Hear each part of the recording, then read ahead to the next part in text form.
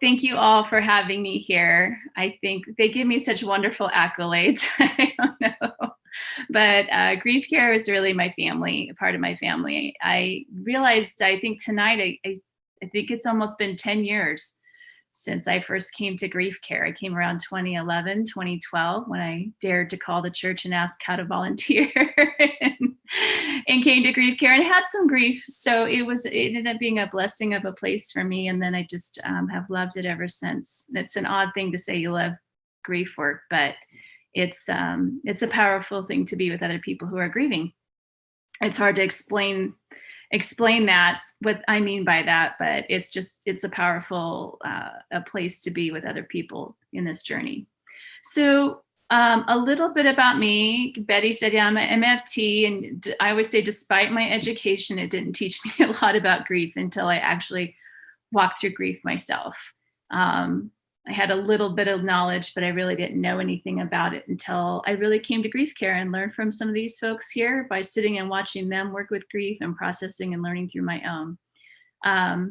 When I first came to grief care, I was with a cousin of mine that I was close with, and I was with her when she passed. And then a year later, my oldest brother passed, and then a good friend passed. And then while I was in grief care, helping and facilitating and do that, my mom passed. And they all remember because I came back not as a facilitator, but as a participant, and was like still upset that I helped write some of this stuff and put it together. And I still hate it because I'm still back in grief myself and going through that process.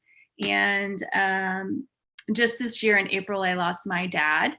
And then just last month, I lost my dog. And that was I don't want to, it's not the same, my dad and my dog, but there was some heavy tears for my dog, and it was a heavy process as well. So I'm back in a little bit of grief. I wouldn't say it's as heavy as it's been, but we'll talk about that. My dad was 87 and ready to go, and he got to die at home with all of us around him. So as good as you can die, that's about his best. And so I'm missing having parents. I think that's my new grief this year. With my dad gone, it's a new thing of not just having him gone and processing it, but I'm in a new place of never thinking about like what it's like not to have parents in the world anymore. So that's it's bringing a different level of grief kind of back to revisit. But it's not as heavy as it's been in other years with other things. So tonight I want to talk about our journey through the valley of grief. I know that you guys, I got to hear a little bit about, I think from a video you watched maybe last week before, they kind of covered a lot of different things you might experience depending on your loss. It's very interesting because I was thinking that your valley is shaped, the terrain of your valley that you walk through is really shaped by your loss. David Kessler would say it this way, that the death shapes the grief. So depending on who you lost, how you lost them, what happened around the circumstances, that shapes your grief. And when I think about the idea of walking through the valley of grief, I think about we have a certain terrain that we are all traversing, and it looks different for every one of us. But I always say in this, when we all come together, we share, we don't compare. And I think that the wonderful thing about the bravery to come to this group, sometimes, you have it and want it, need it. And sometimes you just use some bravery or strength or just forced yourself to get here. It's amazing how when there's a lot of pain, the Holy Spirit just gets really close. Sorry, I always cry when I come and do these. I try not to, because there's already, but for all of you, for all of your loss. And then it's an amazing thing because the Holy Spirit just senses pain and he's on it like, and he comes and he's with us. And it's in this place, in this grief care group that they just handled everything. They let you get out your emotions. You can yell, be angry, be mad, hate God, hate other people, come back around the season later.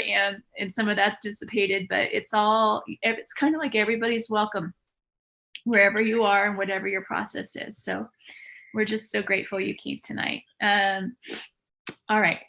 And I need to start speaking and teaching and stop crying, but that's what happens. I think they just invite me to come and cry. So tonight I wanted to talk about a little bit about the grief terrain. And so we used to talk about it. This was called the tasks of grief, but I'm going to call it now like the terrain of grief tonight. And it's just about the different things that are happening in the different areas of our grief in our life. If you are brand new and you are just beginning to grieve, or you're in a, this is your first year, or this grief is just brand new to you, or just really starting to come out of you, sometimes just showing up is good. If you shared your story and you shared your name, some of you can take notes if that's what you need, or you want to ask those questions, or you're ready to do this. Sometimes just coming and listening. And I always say, if something tonight stands out, great. If it doesn't, that's okay too. We're just glad you came and you're just present. So sometimes that's all you can do in grief. I can drink a glass of water, I can sit through a class, and that's all I have, and that's all you can do. And another time, some of you might be saying, I need to get something. I need a little something to help guide me. And so I would say, listen tonight and see if there's anything that speaks to you, and just take the one thing, not the 10 things, the one thing, because grief only gives you a little bit. You don't have as much energy to carry out a lot of things. So maybe just take one thing from tonight. So just like you're walking, I don't know, some of you, if some folks here, you're hikers. I live up in the mountains now, so there's lots of areas to go walking, and through the valleys and through the Sierras. So if you think about physical terrains and of a valley, and you're walking down, there's grass and rock, or maybe mountains, and what that looks like is your physical journey, right, through something. And just like that, I want to talk about your physical terrain of grief. And that's a couple of things. That's one, your physical body. And so there's changes here, right? Your energy is affected. You could be under physical distress. You could have headaches. You're not sleeping well. You get dizzy. When I was grieving, I kept losing my keys. And I'd had a stroke too. So I was recovering from a stroke. My husband's like, "Oh my gosh, it's your stroke." I'm like, "It's not my stroke, it's grief." And as my grief got better, I started finding my keys more often. But and I kept misplacing my bank card, my keys and my bank card. Could never get them in the same place. But you could have a change in your appetite, in your sleep, your shortness of breath. You can have a lot of things going on when you grieve. So you have these physical challenges in grief. And then also, if you think about the other physical things around you, like maybe your partner mowed the lawn. Who's mowing the lawn? Who's taking out the trash? Who's paying the bills? There's sometimes actual cooking. There's just these actual physical tasks around you that other people maybe did, and now they're under your care to do. And so that puts an extra strain just on your physical demands on you. So that's an area. And so one of the things that we need to do, if that's a big challenge for you, again, your loss, your valley is shaped by the person you lost and the death that you experienced. So some of folks, this may not apply, and other folks it does. But some of you, the things are, what are we doing? What are you doing to take care of your physical body? I knew during grief I couldn't do a lot, so I drank a glass of water and I took a multivitamin. There you go. But sometimes we have to do some things, breathing or relaxation, or we have to do something if you're feeling a lot of physical stuff in your body, getting checked, seeing your doctor, maybe exercising, walking, doing something. Even sometimes that doesn't make all your grief go away, but you have to take care of giving your body a little attention in the middle of it, because it's the thing trying to sustain you while you're grieving. So if we can look at, and then if you have, in that area, like who's paying the bills, who's taking out the trash, and sometimes we say we have some needs in these areas, and I don't have the answer for everybody. Sometimes we have to go, I need to pay someone to come mow the lawn, or maybe I don't have enough money to pay someone to mow the lawn, but I need to find someone who wants to volunteer to mow my lawn, or is there somebody who can help? Is there I maybe don't like asking for help, but is there a way maybe I can start to ask some people for some help to take care of some things maybe you just physically can't do right now? Okay. So that's our physical terrain. It can be our bodies, and it also can just be physical tasks around us that we need to do. And if you think about the psychological terrain, of what happens when we walk through a valley. And so I'm going to talk about two areas. I'm going to talk about their thinking and our emotions. So when I say psychological, I mean more like what we're thinking and what our emotions and sensations are experiencing and what sensations we're experiencing. My mom and a good friend, they were all camping in the immigrant wilderness. I think it's a year I didn't go when I was a kid. And her and a friend would decided to go off on a hiking journey for the day. And they were in cowboy boots, so it wasn't the best. They left the horses. I don't even know that they took food and water. They were just going to go for a stroll, right? Well, they got over lost in another valley and are lost out in the immigrant wilderness, and it got dark, and they didn't know how to get back. And there was my dad on a horse in the middle of the night in the Sierras and this whole thing. But the experience they had of what they had to think about, like, I'm lost in the middle of nowhere. I don't have what I need. Oh my goodness. And in that whole experience, they were trying to do the physical thing, but it's also psychological. Like, what do I do? And that can be a little bit like what happens to us in grief. Like, how did I get over into this valley? I don't understand what I need. I don't understand what to do here. How do I get out? How do I get home? How do I get safe? So there's a lot of things that happen to us psychologically when we're experiencing grief. And this is primarily where we experience our grief, right? In our emotions and in our thoughts. So challenges, or kind of the terrain of of the psychological things, are like we have changes in our security about life or ourselves. We have big identity changes. And who am I in the world without this person? Right? It changes who you perceive yourself to be, or maybe even how other people perceive yourself to be. I have a friend, and when she lost her 5-year-old, people always asked her, how many kids do you have? And she had 4, but she always just said, I have 4. I have 3 that live at home.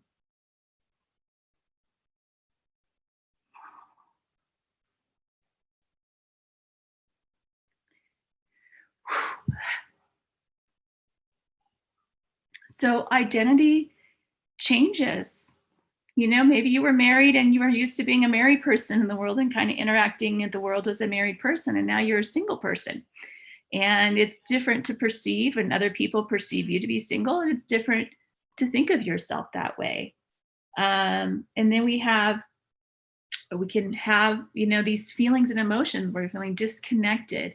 The sense that are things that are not real. We're coping with a heavy set of emotions that could take us all over. I'm sure, I don't know if you guys did it in the beginning, but they have our ball of grief. Did you guys do the grief ball yet? Tangled ball of emotions? Okay. Well, imagine that giant, what's that biggest ball of yarn in the world all wrapped up together. And there's just so many things all wrapped up in grief. It's not just one emotion you're experiencing a range of emotions, and it could be a primary emotion all one day, or you could be in 15 different emotions in 15 minutes. You can vacillate all over the place. And that's really hard on us psychologically, to experience that much emotion all the time and feel like I'm all over the place. Like, it's taken me to an edge. I don't know if I'm going to be able to come back from. So, and I also thought, this is also the place where we kind of, as we talk about the stages of grief, and we don't mean that they're a stage like you do this, then you do that, then you do that. They're just these range of things that can happen to you. But I was thinking, also wrapped up in that psychological part is where feelings of denial come in, and feelings of anger, and feelings of bargaining, or thinking of bargaining, and you're kind of trying to have a bargaining conversation in your head, and shock and despair, and all those things that can be wrapped up in this psychological component. And I would say that's the place that we probably all can agree on, where grief hits us really, really hard. And so this is the place in the psychological part that's important to find ways to express your thoughts and feelings. And some of us, that comes easy. We'll just tell anybody how we're thinking and feeling. Some of us are not used to telling other people what we're thinking and feeling. And then in grief, there's a new challenge. You got to find people who can hear you about grief. People are well meaning, but they say the worst things in grief. You may, before you were grieving, said the worst things to people. I did. I just thought I was saying what was right or what sounded spiritually appropriate. Like they're in a better place. And, we made up or said things to try to make people feel better. And now that been in grief longer, I'm very cautious. I don't say those kinds of things. I generally say, this sucks, this is awful, I'm so sorry. Those are generally my go-to words. But coming here and finding those friends, and maybe you have friends, they were really good about hearing you about other things, but they're not so good about being able to hear you about grief. So you're going to have to find some other people like here, or some other avenues of people who will listen and who can hear you, and who can hear you over and over and over again. I have a friend who's been grieving this last year, and she has the same conversation with me this whole year. And she's like, I'm so sorry. And I'm like, I'm okay. You can say the same thing to me again and again. She's like, it will get better. And I go, it will get better. But I understand you're just trying to, I realize what it means to go to the edge. I always used to feel like the edge was like a place of emotions and you're going to go over and not come back. But I realized on the edge, we are just letting out a whole bunch of stuff. And that's an okay place to be. So finding people and places to share that you can share grieving with, finding ways to integrate that loss into your life. And if you're brand new, you're not in that place yet. I wouldn't even say you're trying to figure that out. A couple of you talked about rebuilding, and it's been a couple of years and you used the word rebuilding. And that can be something that people are doing down the road. If you're brand new to grief, I wouldn't. You're just trying to get through what you're getting through. But there does come times in our lives where we try to rebuild, and we're finding new ways. We find sayings or we find things in grief that really help us in our thinking, and that helps our emotions. And we find new ways to think and feel about our life differently. And it has to be different. New normal isn't the best term, but it is kind of a term we use, but it's not normal.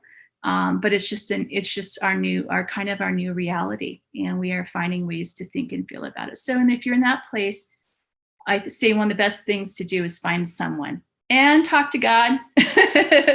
And here's my little testimony. I think you guys have been in grief care for a while now. I have learned this a few years ago when I lost my mom. It's been like 6-7 years now, but I learned that you can tell God anything you feel about grief, even if you're mad at him. The first time I came to grief, I was a little scared by people's anger towards God and others. And they were in church, right? In there going, I hate God, in a grief care meeting in the church. And I'm like, oh, I don't know if you can say that. I was just a little scared by that. And I was a little scared by the intensity, because I am not a person who does a lot with anger. I'm kind of like, ooh, anger. I get angry, but I don't want to say it out loud. And then when I lost my mom, I went through a tremendously long phase of being angry at God. And it was really hard to go to church and worship. And here I am, I'm all like, I love you and you're going to win in the end, but I'm really, really mad at you right now. And I was like, if David in the Bible can pour out his heart all the time to God, then I'm going to do it too. So I just told him over and over and over every day that I was mad at him. But guess what? By telling him that, by me down here telling God that I was mad at him, guess what it did? It kept us connected. You would think that telling God you're mad at him would cause disconnection, right? It would send you guys away. But I was directing all my emotions toward him, which he was like, I hear you. I hear you. I hear you. I love you. I hear you. I love you. You don't get the answers that you want, But you know what? I always just say, I never thought I didn't know when it was going to go away. And after I did it forever and ever, I woke up one day and my anger was gone. So I do say talk to others, but you can also tell God if you're mad or disappointed. Believe me, you're not the first person to tell God you're mad or disappointed in him. He's heard from people from the beginning of time, so he's not shocked by this. And you may not, I don't know if you'll get answers that you want. There's never any good enough answer, right? It doesn't matter if we had the best answer in the whole world. It's never good enough for us who are still here missing our loved ones. But you can, I just encourage you, you can talk to God about, even if you're mad at him, disappointed, even if what you said doesn't sound right, because it still puts you connected to him. And you're still basically, by doing that, you're still inviting him into the problem, into your challenges. All right.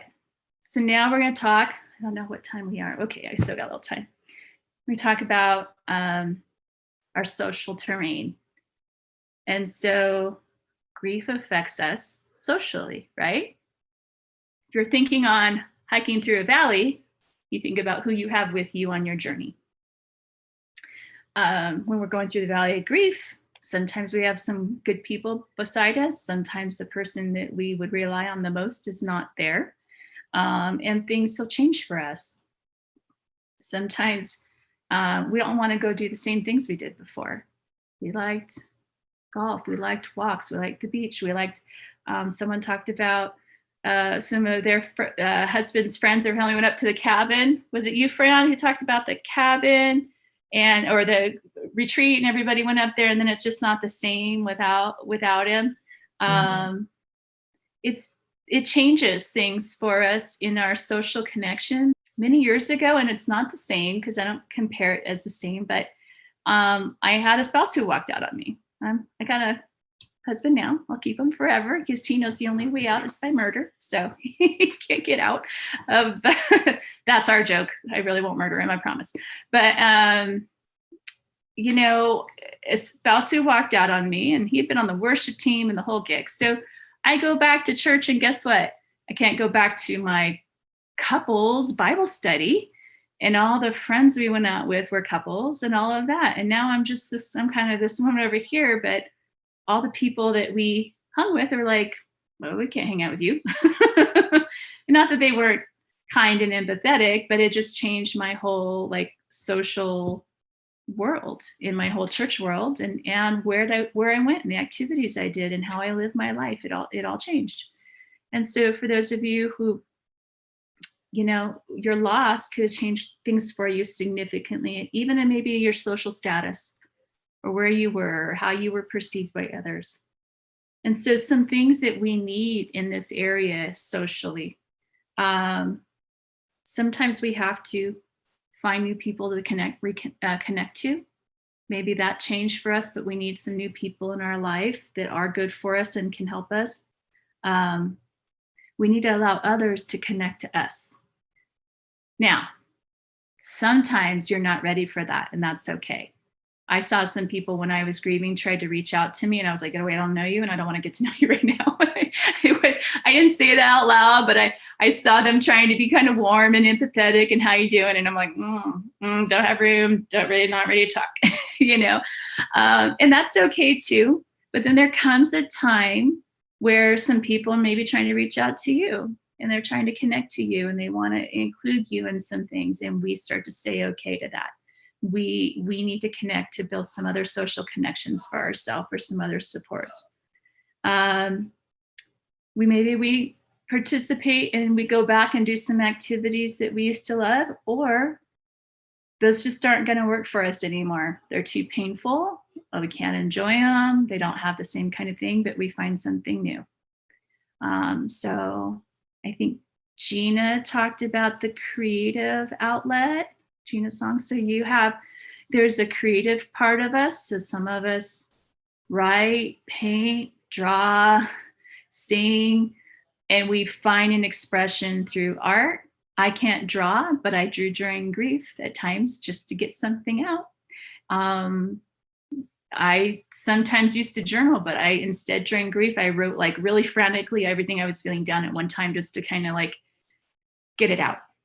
Okay, so all of you have some way of trying to get the things that are meaningful to you, and maybe those things have changed. So maybe at this time is if this part is speaking to you, then it's like maybe it's time for me to find some things that will be meaningful to me that will help me. And sometimes we have to still be social, but allow ourselves to grieve, right? Because socially, this is the other part. Friends will want you to come be the same person you were before.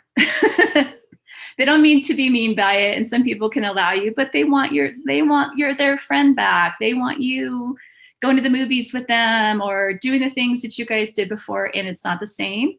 So we do maybe do some activities, but sometimes it's a little bit more limited because maybe our energy isn't the same, or we're not going to, feel the same about it. So we have to balance that for ourselves. Like, how much can I handle? Especially as you guys talk about like holidays get around, like, oh my goodness. Sometimes you're ready for a big thing, and sometimes the whole social pressure of the holidays is not the same, and you have to communicate and say, I can't do that this year. I'm trying to do something at my family's house. Even this year, I'm going to host because my only lost my sister-in-law was and my brother were taking care of my dad, but they had his loss, but her mom had moved in and she just passed away, and then she just lost her brother. And it's just like, we can't ask them to do anything. I don't even know if they have to come. We want them to come, but they're just in a really, really difficult spot. All right. I have one more area. I know I'm talking quite a bit tonight, so we'll open up the end for, okay, thank you, Christian. So the very last one is one that is the unseen, kind of like some of the emotions and thinking that are unseen, but is our spiritual terrain in grief, which is super different.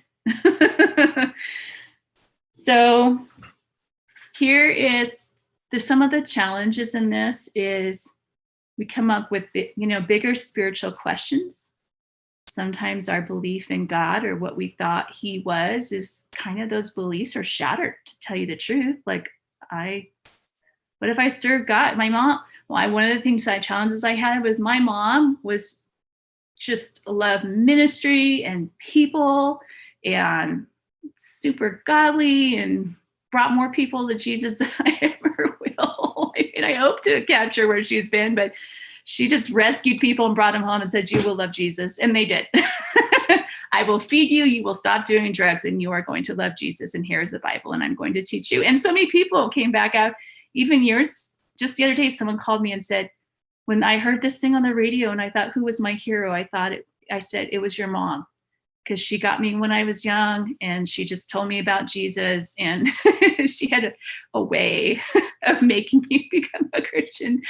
And I see her, and then she just suffered so much. She went from being healthy one day into the ICU, and mostly 7 months of intensive care unit, and just a tremendous amount of pain. And that still rocked my world, right? My spiritual world, in addition to all the other things. And so we might bargain with God, and God didn't, it didn't come through, where we prayed and we were very sincere and we fasted and we had groups, and someone else got well and then our loved one didn't, or it was unexpected. And it just changes our spiritual terrain. And maybe the things that we did before, our prayer life, our church life, our Bible reading, our worship time, whatever that looked like for you, maybe that's all different. Maybe I'm like, I can barely go to church. I don't understand when I open up the word. I don't understand what God is doing. I got some big questions for him and he hasn't answered them. I don't know if I even believe in him right now, or I'm just mad at him.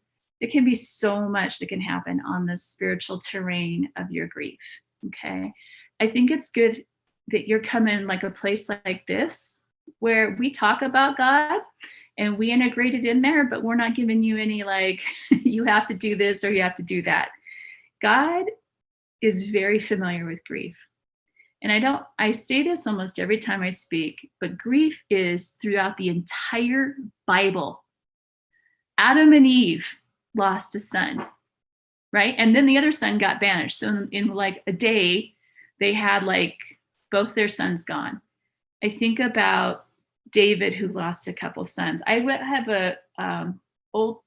I was in the Old Testament in the middle of like Chronicles, some kind of like da da da da da da, and then it mentioned a man who lost his child and how the family grieved for so very long.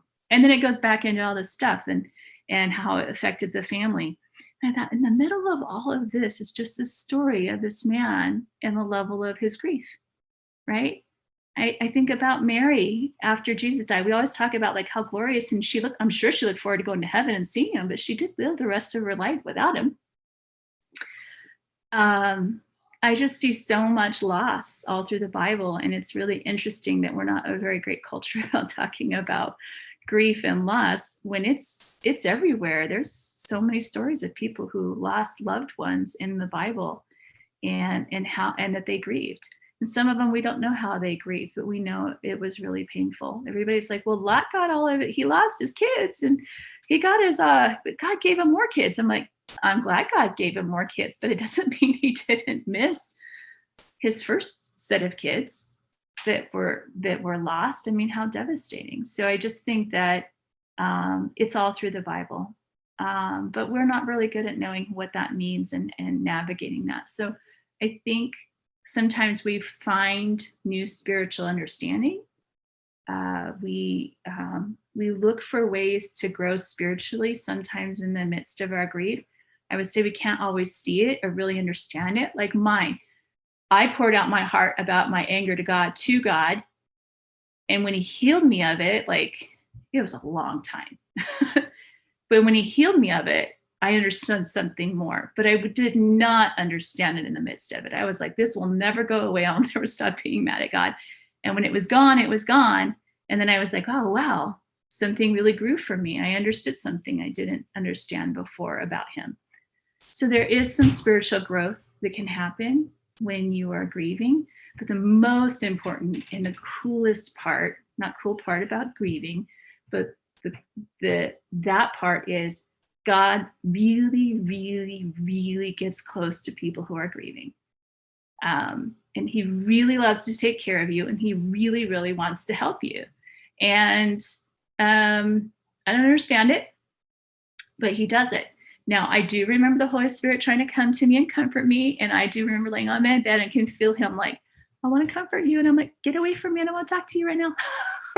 That's how spiritual I am. Like, leave me alone. I don't want to be comforted. I want to just be upset. And he would be like, okay. And they came back later, like, hey, are you ready? I'm like, not quite yet. And like the next night, like, you ready? And I'm like, okay. So there's some things. He will try to speak to you. He'll let you go at your pace.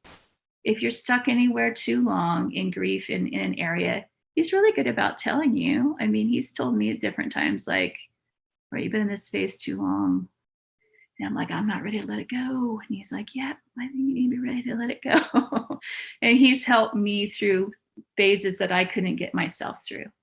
So there's ways that he can come along and help you do what you cannot do, because you can't do it all in grief. There's no way. You need other people. You need the Holy Spirit, because it is too hard and too painful to just do it by yourself. You know, I think of, those are my 4 points. And I got a couple more thoughts for you all, but it was the physical terrain, the psychological terrain, the social terrain, and spiritual terrain. So if you're thinking about those areas, maybe there's one area you say, oh, I need to do a little bit with my emotions and talk to someone, or maybe I need to work on the social part for me because I need some more social connections, or I need to find a way to grow in my spirituality right now. I also like, though, that on your journey, there's some times where you find yourself down in the dust. You're just stopped and you don't know what else to do, and you can give up. And I was reading in Psalm 119 the other day, and verse 25 says, I lie in the dust, completely discouraged. Revive me by your word. And then just a couple of verses later, in verse 28, it says, I weep with grief. Encourage me by your word.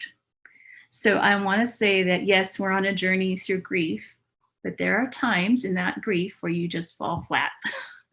You're just like, I can't get up. I can't do it. I don't know what else to do. And even in the dust, God is just there with you. Even in that moment, you're still on the journey and you're okay.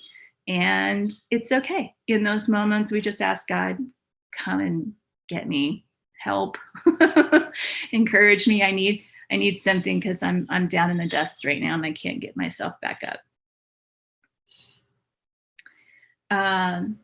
Your valley is not on a timetable, by the way. So don't let anyone tell you ever, or if they do, just ignore them, that after a year, you're supposed to be back up in about your life, or a year or two. So everybody's valley is different. Some of you are going to walk through it quicker. Some of you are going to be there for a long time. I was in a valley with my mom for 5 years. And I went up to Napa one day and I was walking in a vineyard and there was a little Petite Syrah sign on the corner, and I turned the corner and I realized as I turned the corner, I kind of have a spiritual moment where God was like, I turned the corner in my grief. And I was like, oh, I could breathe some air and realize that it'd been 5 years and I'd turned a corner. But nobody can put it on a timetable for you. So don't let people do that. And especially your first couple years, don't do that. And they're like, how long is too long? I don't know. 2 years or 10 years, 20 years. Some of it, we're all still going to be grieving, but you don't want to be in day one at year 20, but somewhere in that timetable. But please don't put your journey on a timetable. And some of you are doing multiple griefs and complicated grief and delayed grief when you're coming back around to it. Life got on and got busy. You weren't able to finish it. And so now you're coming back to it. Or you lost multiple people. So you're kind of like, I'm traversing multiple valleys, or it's a really long one. Or it's very complicated, or it's a sudden death. There's lots of reasons why your journey is your own. So it's not on a timetable. So the reason we come here is because we always say there's a hope and a healing for you. And we do believe God has hope and healing for you. That's why we are here, and we all have experienced that, and we share that with you so that you know that. But we know things are different. I'm really amazed by your stories, because I mean, just see some of you just even be here tonight. The strength it took just to come here is really, I'm glad God brought you here. We want to support you and we want to help you. And this group right here is a great group of people to help you walk through the grief process. They taught me so much. I've never forgotten what I got from grief care.